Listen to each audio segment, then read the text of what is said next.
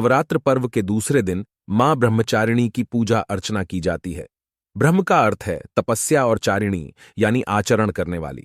इस प्रकार ब्रह्मचारिणी का अर्थ हुआ तप का आचरण करने वाली। इनके दाहिने हाथ में जप की माला एवं बाएं हाथ में कमंडल रहता है। मां दुर्गा जी का यह दूसरा स्वरूप भक्तों और सिद्धों को अनंत फल देने वाला है। इनकी उपासना से मनुष्य में तप, त्याग, वैराग्य, सदाचार, संयम की वृद्धि होती है।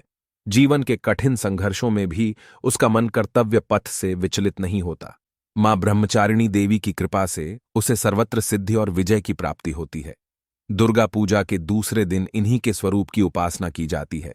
मां ब्रह्मचारिणी का मंत्र दधाना कर पद्माभ्यामक्षमाला कमंडलु देवी प्रसीदतु मयि ब्रह्मचारिण्यनुत्तमा, अर्थात जिनके हाथों में कमल का पुष्प, रुद्राक्ष माला और कमंडल है, वो उत्तम ब्रह्मचारिणी माता मुझ पर प्रसन्न हों। अपने पूर्व जन्म में जब ये हिमालय के घर में पुत्री रूप में उत्पन्न हुई थीं, तब नारद के उपदेश से इन्होंने भगवान शंकर जी को पति रूप में प्राप्त करने के लिए अत्यंत कठिन तपस्या की थी। इस कठिन तपस्या के कारण इन्हें तपश्चारिणी अर्थात ब्रह्मचारिणी नाम से अभिहित किया गया। 1000 वर्ष उन्होंने केवल फल मूल खाकर व्यतीत किए और 100 वर्षों तक केवल शाक पर निर्वाह किया था। कुछ दिनों तक कठिन उपवास रखते हुए देवी ने खुले आकाश के नीचे वर्षा और धूप के भयानक कष्ट सहे। इस कठिन तपस्या के पश्चात 3000 वर्षों तक केवल जमीन पर टूटकर गिरे हुए बेलपत्रों को खाकर वे भगवान शिव की आराधना करती रहीं। इसके बाद उन्होंने सूखे बेलपत्रों को भी खाना छोड़ दिया और कई हजार वर्षों तक वे निर्जल और निराहार तपस्या करती रहीं। पत्तों को भी खाना छोड़ देने के कारण उनका एक नाम अर्पणा भी पड़ गया। कई हजार वर्षों की इस कठिन तपस्या के कारण ब्रह्मचारिणी देवी का शरीर एकदम क्षीण हो उठा। उनकी यह दशा देखकर उनकी माता मैना अत्यंत दुखी हुई और उन्होंने उन्हें इस कठिन तपस्या से विरक्त करने के लिए आवाज दी, उमा। तब से देवी ब्रह्मचारिणी का एक नाम उमा भी पड़ गया। उनकी इस तपस्या से तीनों लोकों में हाहाकार मच गया।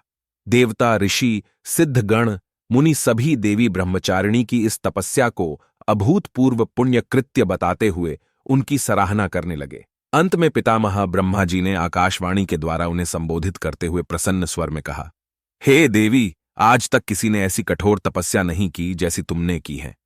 तुम्हारे इस अलौकिक कृत्य की चारों ओर सराहना हो रही है। तुम्हारी मनोकामना सर्वतोभावेन परिपूर्ण होगी। भगवान चंद्रमौली शिवजी तुम्हें पति रूप में प्राप्त अवश्य होंगे। अब तुम तपस्या से विरत होकर घर लौट जाओ।